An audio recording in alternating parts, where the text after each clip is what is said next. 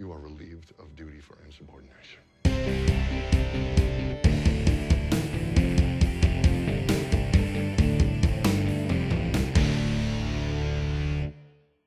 Aided by 7 of 9 and the crew of the USS Titan, Picard makes a shocking discovery that will alter his life forever and puts him on a collision course with the most cunning enemy he has ever encountered. Meanwhile, Raffi races to track a catastrophic weapon and collides with a familiar ally. Hello, entertainment enthusiasts. This is Ray, and this is the Fandom Realm. And today I am reviewing episode number 2 of season 3 of Picard. And this episode is called Disengage. And as always, spoilers abound, so just be aware. Now, after a great first episode, we are back to see if we can get some answers and see what's going on in Star Trek Picard. So here we go.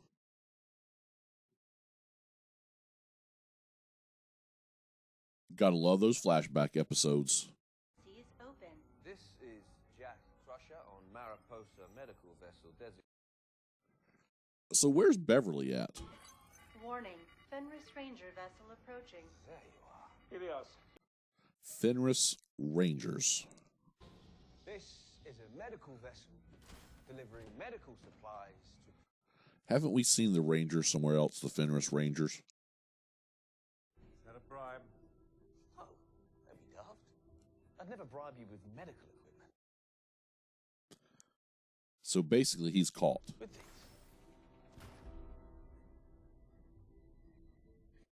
And he bribes him his way out of it. Take this one first. I like the fact that he had Romulan L too. Reach out to the marked woman. We found him. Okay, so anybody who's watched any of my other reviews, you know I like flashbacks, and I thought this was an excellent flashback, sort of showing us maybe a couple weeks ago what was going on to get them in this situation. Although we don't see Beverly here. Not really sure she would even be on the ship here, but he had to get his way out of the situation by bribing the Fenris Rangers. And of course, there at the end, that Fenris Ranger said they needed to contact someone. It didn't sound like Vodic's name, but I'm assuming it was her.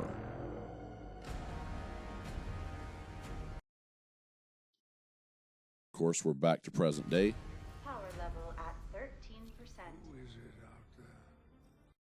That's just an awesome ship. I love that ship. Instantly targeting all ship systems. Probability of destruction 100%. They're not... You might be in a little bit of trouble. Signatures I don't recognize. It's definitely a vessel captain. To help or not to help? Sir, Admiral Picard and Captain Riker are in... Commander Hansen. 7-Eleven. I said dismissed. Boy, they've just got issues, don't they? I really like this little bit of the scene of deciding whether or not they're going to help Picard and Riker, and of course they don't know about Afterlife. everything From what else. I've heard, history remembers you with one less pit. He's a little bit of a smart aleck. Just something familiar about him. No, I wonder why. She's losing power, and her life signs are fading. We need to get Admiral! her to the Titan. Change your plan. Okay, so they find out here that the shuttlecraft was blown off the hull when the attack by Vodic happened, and so now they've really got some big problems. Recruitment building, a symbol of peace and hope to many, was destroyed in an unprecedented attack. Back to Raffi and that crazy attack. Find whoever stole experimental weapons from Daystrom and stop them. She's feeling really, really guilty here. Seek anger. I have to keep digging. Find out who. And of course, with guilt comes anger. Black market. There's a redacted statement from a low-life Ferengi. And I don't think she's going to listen. You know, tidy, convenient, but it doesn't add up.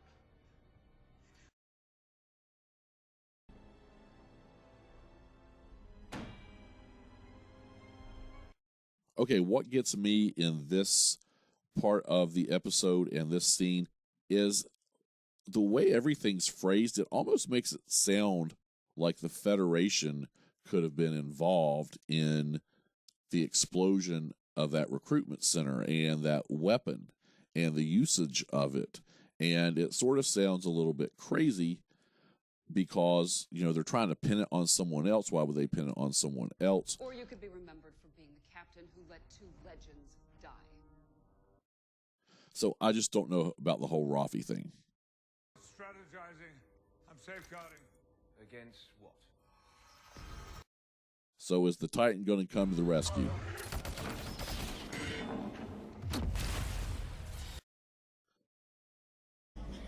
Tractor beam. If they can't board us, they'll make us board them.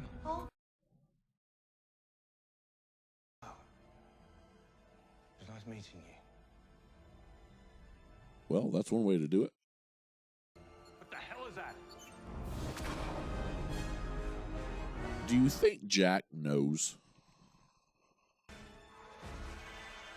And the Titan comes to the rescue.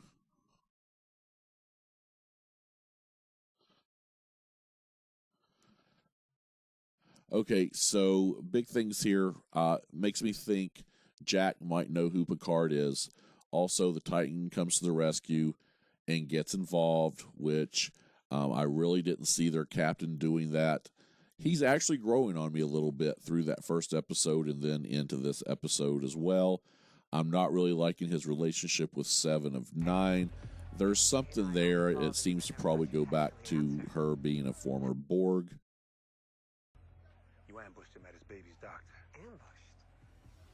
So that's when my son. Okay, Raffi out in the field. Broker is just a polite word for gangster. He's a monster. I'm assuming that's her former husband, maybe? That's when it all starts up. The drugs. The dark So web. she's looking for the Ferengi. To talk to Gabe. Or I'll talk to Steve, but I would not do Apparently she's done this before. now. Make a choice.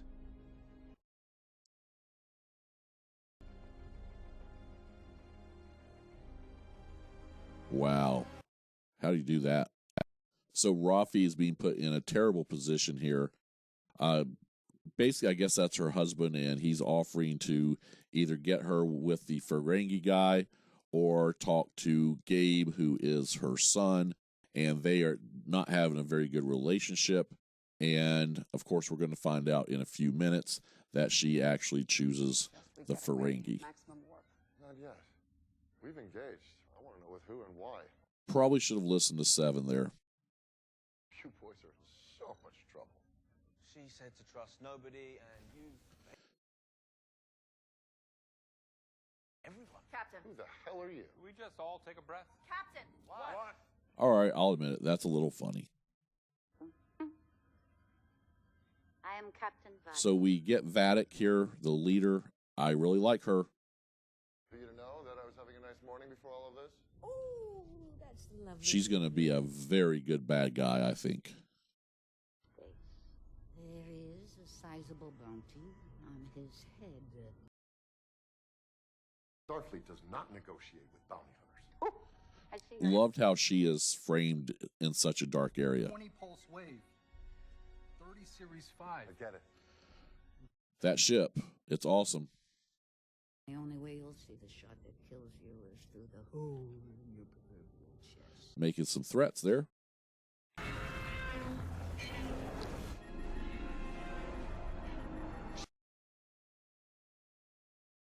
She threw a ship at us.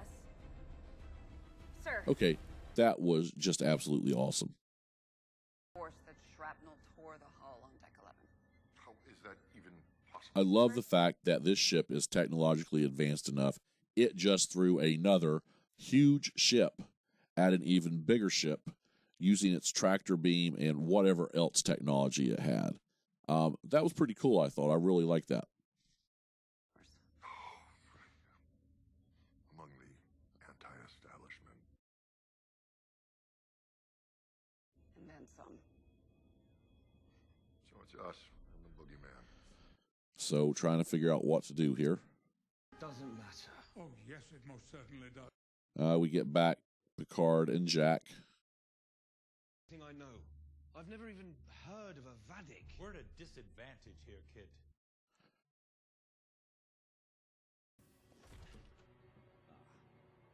Wow.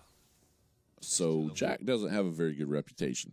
Oh, and my personal favorite, Jarlis Carvel. That one took a lot of...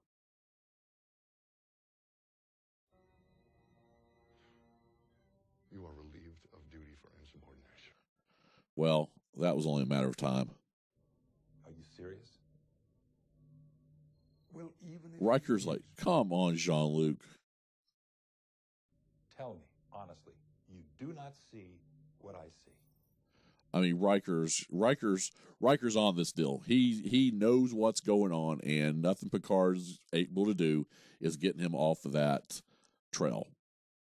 mending, but unable to defend you. So defend yourself. You're accused of.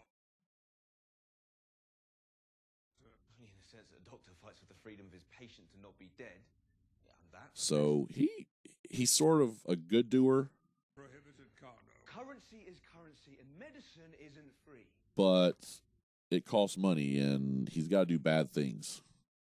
Who do you think taught me all this? When she's not behind me kicking my ass, she's right beside Again, very interesting about Beverly there. Everybody else moved on. Who is your father? I never had one. So we get to the question.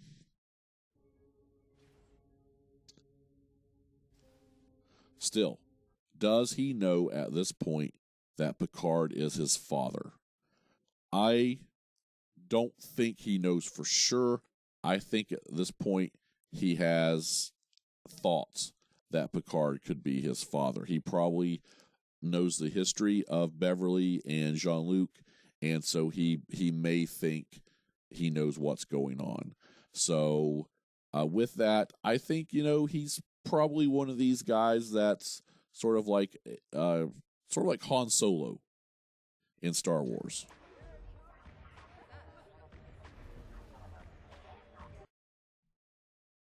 Way to conceal a drug den. We're not open to strangers. Move on. So Raffi is out looking for the Ferengi. And she finds him. Not a great looking Ferengi. Comes vintage. And of value. Of course, he's talking about money. Deals between people. A broker. I know things. And who... And he's suspicious from the beginning, and he has all rights to be. Which... Very hard to be high class. So she has something of value for him. Ooh la la. You nasty girl. But what is that? I don't know what that was. Somebody tell me in the comments. For stolen portal tech for a Romulan named Toluco. Now, I thought this was a little stretch here. Because I work for Toluco. He's probably going to know You smell like Starfleet. that's not true. Some way to convince me that you're not. So this is one of those undercover things.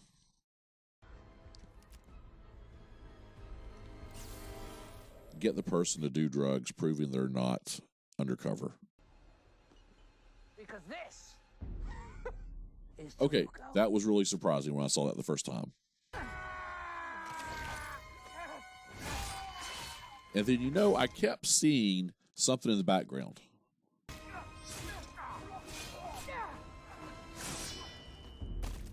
There was like this flashy light. I told you, do not engage. And so apparently Worf was her handler, I guess in Starfleet intelligence, and he came to save her. I kept seeing some kind of light in the back, like a shield or a cloaking device.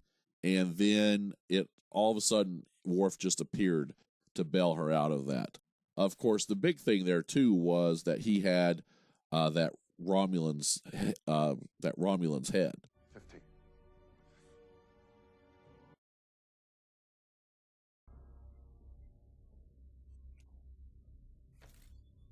So Jack's got a way to escape.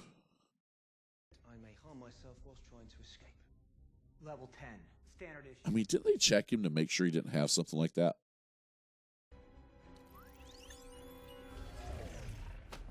The good old headbutt will do it every time. What are you doing? Riker's down to business. This is not a diplomatic issue, Picard. They have already engaged. Bring her down simply by standing up. Enemy vessel is I hailing love us. those two playing off of each other. It's an earth creature. Honestly, not real familiar with that name. Right, enough.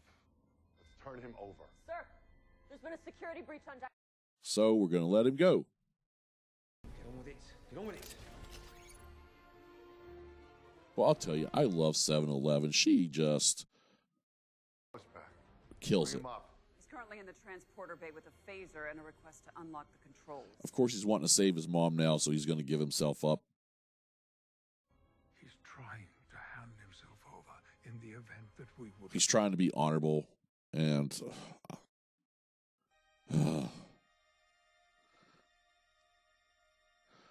okay. The look.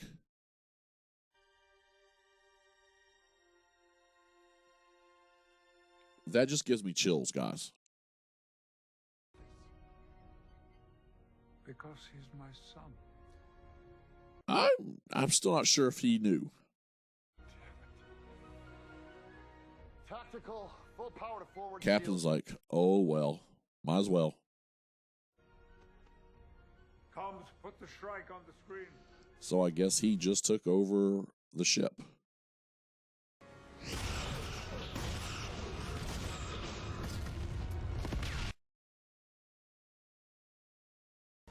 They're looking for a fight. They have to find us first. Seems awful familiar. And there they go. Love her maniacal laugh. Okay, everybody, I just want to go through a few quick thoughts and reactions since I said most of the things during the actual recap there with the video. First thing, I liked this entire episode. I thought it was well paced. I think they done an okay job with the reveal of Picard being Jack's father. I think it was never really meant to be a mystery to us. It was meant to be a mystery to Picard. And it's one of those things, I did see an article before I went to do this review. Someone was criticizing that it took so long. I mean, come on, it was basically an episode. That's okay. That's fine. I have no problems with that. A few things I really like. I really like the Picard and the captain and their sort of banter back and forth and the relationship. There was a lot of disrespect there when they first met up in episode 1 when they went to have dinner. But you're starting to, I don't know if he's softening or what's going on, but the captain of the Titan, and I can't remember his name right off the top of my head. I don't know. I didn't like him to start with, but I guess as I'm watching everything unfold, I'm thinking, what would I be feeling if I were in his position? And I think I would probably have acted a lot like he did and not be very proud of it. Riker, I'm going to tell you, these first 2 episodes, to me, Jonathan Frakes has killed it as Riker, and that's awesome. I always loved his character in The Next Generation. Just the fact, Riker's on it. He knows that this is Picard's son.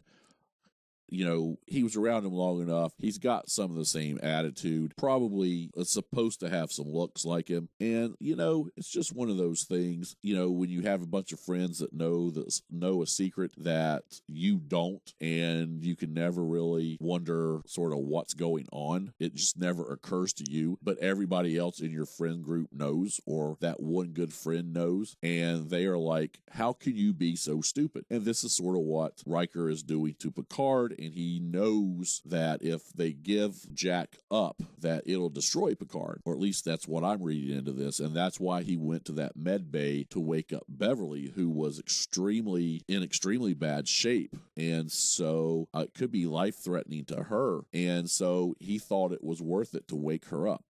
Vadic, we're not really sure who she's leading right off, but I love her as the bad guy, or at least the bad guy right now. I wonder how she is connecting to some other people we've seen in the trailers. But with that, just that maniacal laugh she has at the end, and she's sort of sitting back, smoking and not really caring and laughing, and she's being all sociopathic and psychotic. I mean, it's just awesome. And what I tell everybody in any type of show that I watch is you have to have a great bad guy. As long as you have a great bad guy, you're going to do fine. All those years that the Borg were just sitting there in the Next Generation, I thought that really brought the Next Generation up, because the Borg potentially were the greatest threat they'd ever faced. And now we have another enemy that's possibly that dangerous. We'll see what happens. And finally, let's just talk about the reveal. Of course, everybody and their brothers and sisters